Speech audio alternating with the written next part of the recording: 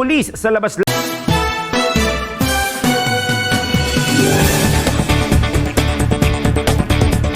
Pulis sa labas lang ng paaralan pwedeng magbantay. DepEd, nilinaw ang papel ng PNP kontra bullying. Narito ang news scoop ni Jasper Barleta.